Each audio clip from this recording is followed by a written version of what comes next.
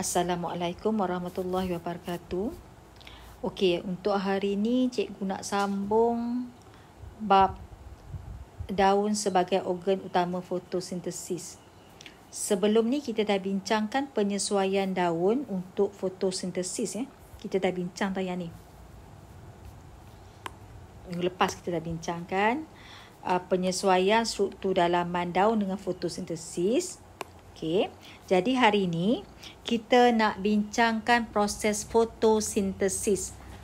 Bagaimana berlakunya mekanisme fotosintesis. Okey, bila sebut tentang fotosintesis, dia mesti melibatkan organel penting dalam sel, iaitu kloroplas. Ni kloroplas dalam sel tumbuhan. Okey. Yang ni adalah rupa bentuk kloroplas lah.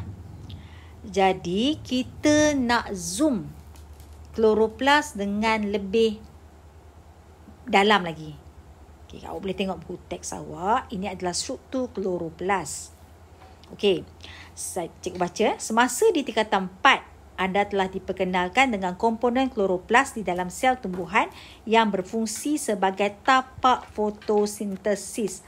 Bila sebut kloroplas, dia adalah tapak ataupun tempat berlakunya proses fotosintesis. Kloroplas, kenapa kloroplas terlibat? Kerana kloroplas dia ada satu pigmen hijau yang namanya klorofil. Dalam kloroplas tu ada klorofil. Klorofil tu adalah pigmen yang berwarna hijau. Apa fungsi klorofil?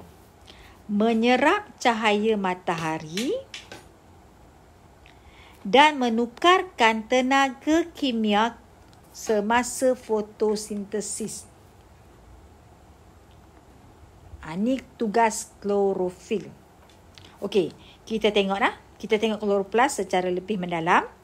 Kloroplas terdiri daripada, ni adalah komponen-komponen kloroplas, tilakoid, granum, stroma dan lamella. Kita tengok kat sini. Kalau kita tengok struktur kloroplas, kloroplas adalah satu organel yang ada dua membran. Kalau kita nak lukis kloroplas, kita kena lukis macam ni. Dia bentuk bujur dan dia ada dua membran. Satu membran luar, satu membran dalam. Membran luar, membran dalam. Dia mesti ada dua membran. Satu membran luar dan membran dalam. Okey.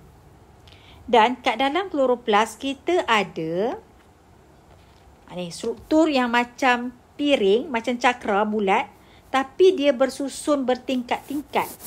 Okey, struktur yang bulat macam duit shilling ni kita panggil tilakoid. Tilakoid ni dia akan susun macam mangkuk tingkat tu, macam pinggan yang disusun tu. Dan struktur ni kita panggil granum. Ni granum.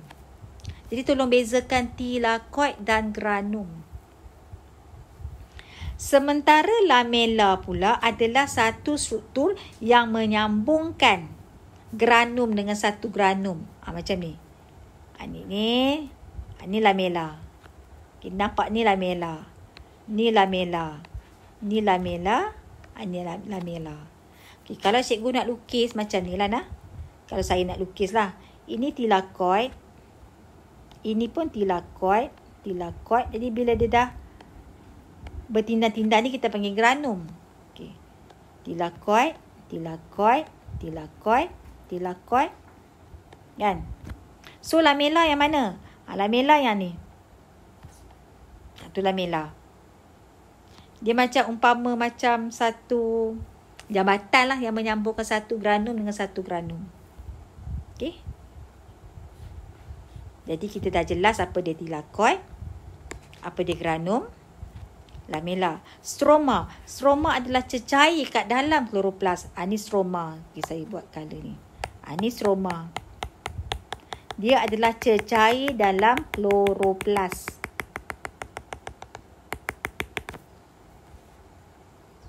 Ini adalah stroma. Stroma. Dalam tilakoid ada pigmen hijau.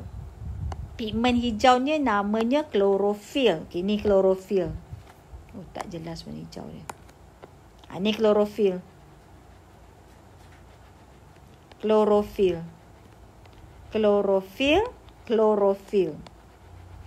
Tugas klorofil menyerap tenaga cahaya matahari. Ni klorofil.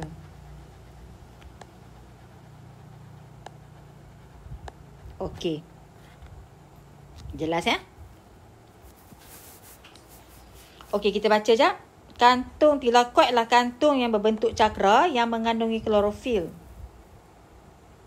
Okey.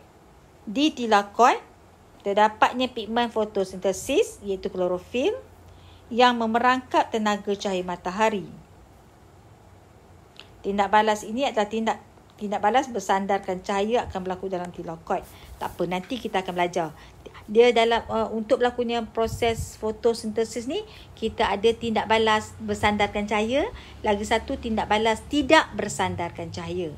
Kalau istilah lama kita panggil tindak balas cahaya, lagi satu tindak balas gelap. Ini istilah baru. Okey. Granum tu apa dia? Timbunan cakra tilakoid yang disusun membentuk lapisan. Okey.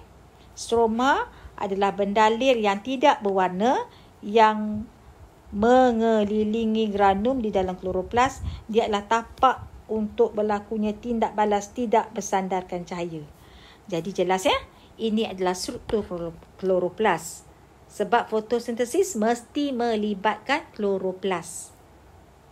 Okay, bila dah faham ni semua, nanti kita akan tengok macam mana berlakunya mekanisme fotosintesis. Okay, kita tengok ni soalan ni.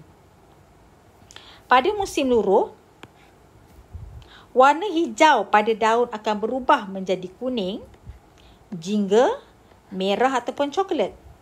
Dapatkah anda terangkan mengapa? Musim luruh. Macam mana daun pada musim luruh? Dia bukan warna hijau kan? Dia warna macam ni ya. Mungkin warna ni, mungkin warna ni, mungkin warna ni lah. Soalan ni tanya kenapa? So, fikirkan. Nanti saya akan tanya dalam kelas nanti. Okey, ini saja untuk kloroplas. Jadi untuk kloroplas ni, tugasan awak, saya nak awak lukis sajalah. Lukis macam ni. Lukis macam ni, lukis macam cikgu lukis ni. Awak hanya tulis itu struktur kloroplas. Sekejap ya. Macam ni. Sambung lagi. Buatlah lagi satu. Okey. Lepas tu warna hijau. Saya nak awak lukis. Lukis dalam buku nota. Dan labelkan. Bila dah lukis, kena label. Ini saja kerja awak untuk yang ni.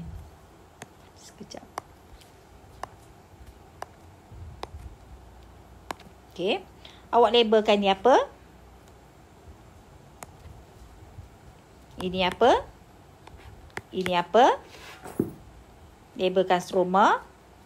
Labelkan benda ni apa? Labelkan benda ni apa? Yang ni apa? Okey. Dia punya tajuk dia struktur kloroplas ya. Saya padam. Struktur kloroplas. Tarikh hari. Yang ni semua tak payah. Tak perlu. Okey. Hanya buat yang ini sahaja dalam buku nota. Lagi satu lupa nak lukis. Setiap granum ni kita ada lamela. Ya, macam itulah. Okey, nanti kita akan tengok pula mekanisme fotosintesis.